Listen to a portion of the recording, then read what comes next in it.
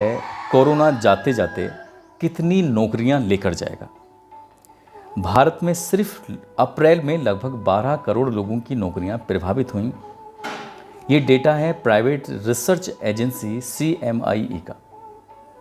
इसके मुताबिक भारत की बेरोजगारी की रिकॉर्ड दर 27.1% पर पहुंच गई है।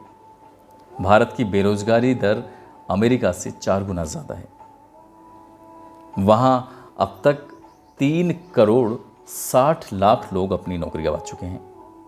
पिछले काफ़ी वक्तों से भारत सरकार ने अपना कोई आधिकारिक डाटा रिलीज़ नहीं किया है, लेकिन CMI के डेटा पर लोग आज भी भरोसा करते हैं।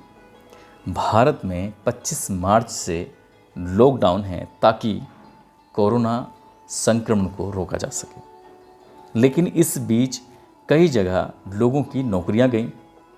अजीम प्रेमजी यूनिवर्सिटी के सर्वे के अनुसार सप्ताह में 2,240 रुपये कमाते थे, अब कमाते हैं 218 रुपये। लॉकडाउन से पहले कि प्रतिदिन की आय 320 रुपये हुआ करती थी, जो अब घटकर 30 से 31 रुपये शेष रह गई है।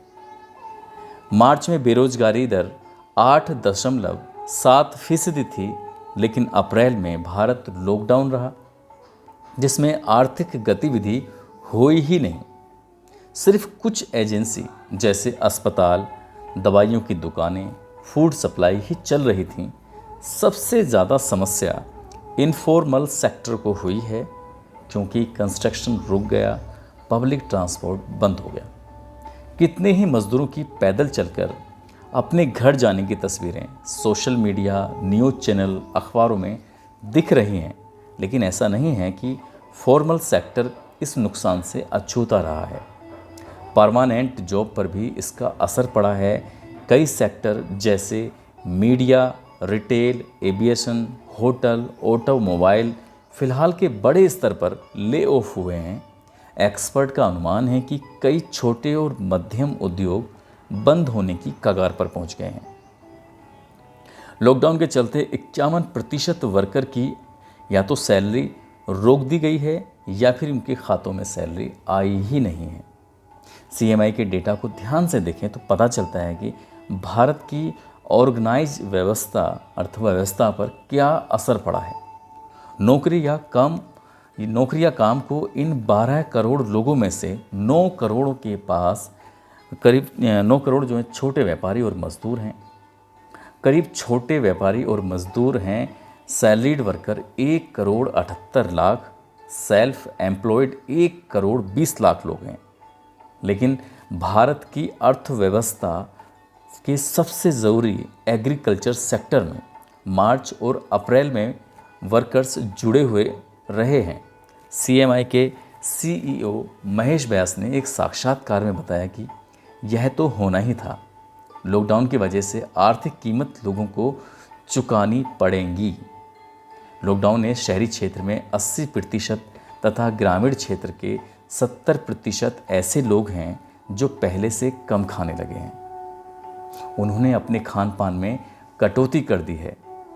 सरकार की ओर से मिलने वाले पैकेज का लाभ शहरी क्षेत्रों में 36% तथा ग्रामीण क्षेत्र में 53% लोग ही लाभ उठा पाए। सरकार ने कोरोना को देखते हुए क्षेत्रों को जोन में बांटा, जिनमें से कुछ जोन में सख्ती कम कर दी जहां संक्रमण के मामले कम हैं, लेकिन जहां संक्रमण के मामले ज़्यादा हैं वहां अभी भी कर्फ्यू जैसे हालात हैं। महेश व्यास कहते हैं कि जोन बना देना एक सही शुरुआत है, लेकिन लंबे वक्त तक इससे काम नहीं चल सकता।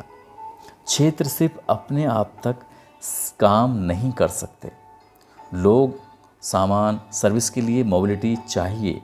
सप्लाई चेन शुरू करनी पड़ेगी। 17 मई के बाद कुछ छूट के बाद भारत में लॉकडाउन फोर्स शुरू होने जा रहा है। पूरा देश लॉकडाउन से कब निकल सकेगा, इस पर कोई भी सटीक जानकारी नहीं दे सकता। बात अगर पैकेज की करें तो सरकार के पास पैसा कहाँ से आएगा, ये तो आप सोच ही सकते हैं। अभी पिछले दिनों मुख्यमंत्री योगी आदित्यनाथ जी ने सरकारी वेतनभोगियों के 7 अनाउंस हमेशा के लिए ख़त्म करने का ऐलान कर दिया, जिससे सरकार को 1500 करोड़ रुपए का फ़ायदा होगा या बचत होगी, जो शायद नाकाफ़ी ही होगा। एक्सपर्ट को यह भी चिंता है कि भारत पहले ही बेरोजगारी से जूझ रहा था, लेकिन वर्तमान स्थिति ने और स्थिति को और भी भयानक कर दिया है। देश की 130 करोड़ की आबादी में महज 30 करोड़ लोग ही आर्थिक और सामाजिक रूप से मजबूत हैं। अन्य 100 करोड़ की जो आबादी है वो गरीब जनता है, जो हर दिन पेट भरने के लिए फाइट करने के लिए मजबूर होती है, जैसे कि आप अपने आसपास में देखते होंगे या देख रहे होंगे।